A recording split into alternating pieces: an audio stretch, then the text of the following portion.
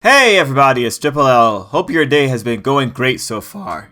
Today I'm coming in with a Dr. Stone comparison video. This time specifically we're comparing episode 6 of the anime to chapters 14, 15, and 16 of the Dr. Stone manga. It's been a little bit, but we're back on the train.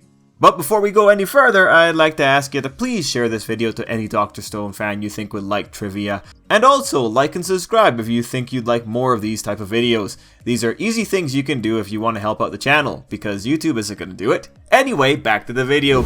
Before we get into the video proper, we gotta put out the disclaimer. The Dr. Stone anime adaptation is pretty one-to-one when it comes to the manga.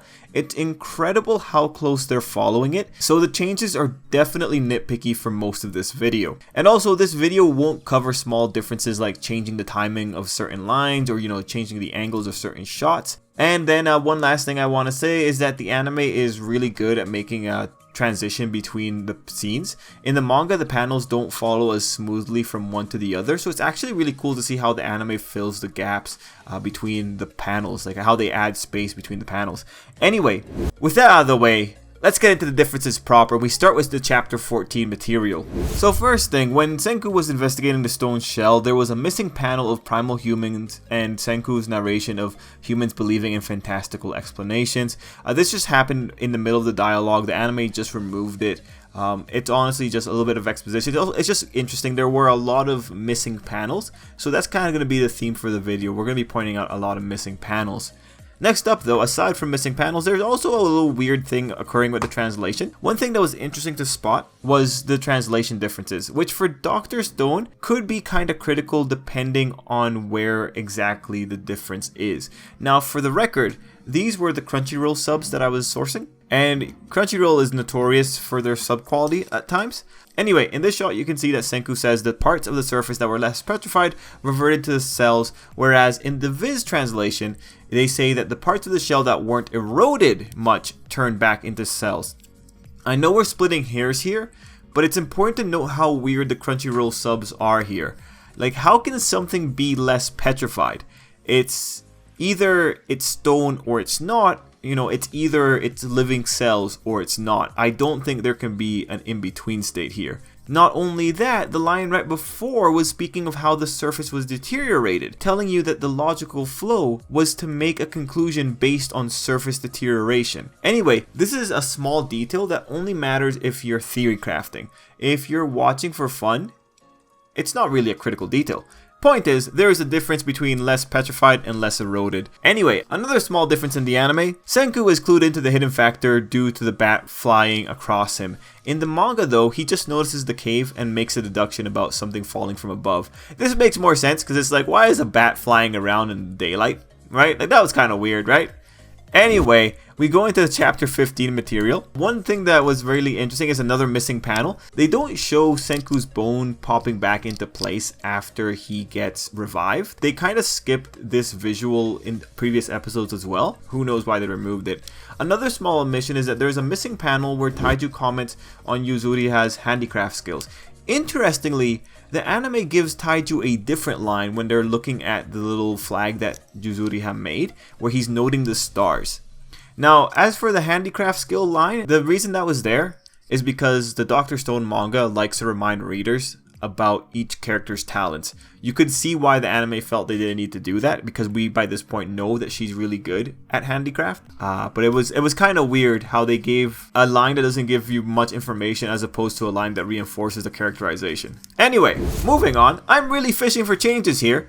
And yeah, here we had an artistic change where Tsukasa was colored in the anime but not in the manga. I just wonder if there was some kind of symbolism at that point that the author was trying to go for. But yeah, really fishing for little changes to chapter 15 material. Oh, and look, here is a cool one. Here's the image of the people that Senku wants to recruit.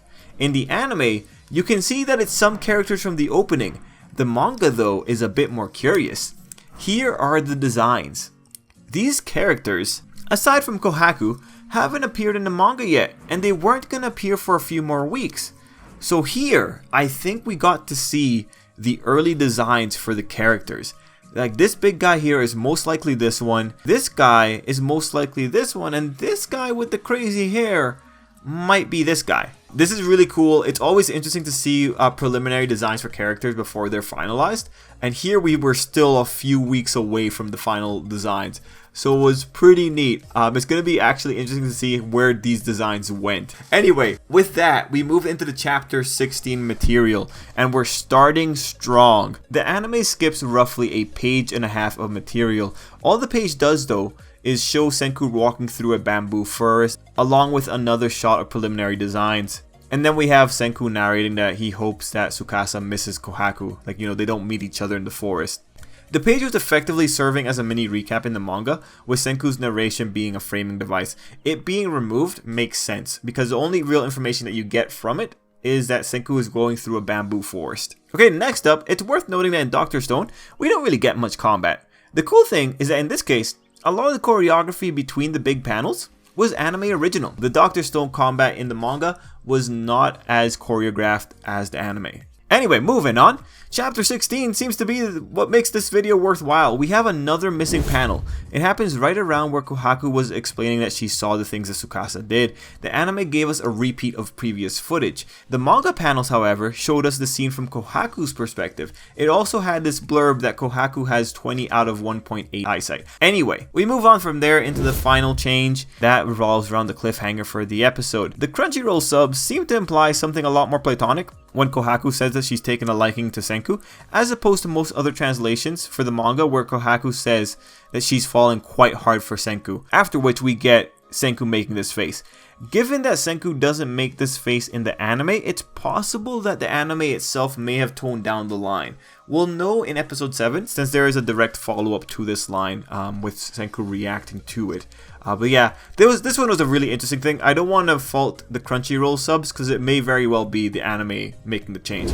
But yeah, there we go. Those are all the bigger changes in Dr. Stone episode 6. It was pretty cool. Of those changes, it looks like chapter 16 is where they made the most changes, where everything else is so small, like it's really not worth mentioning unless you're making a trivia video.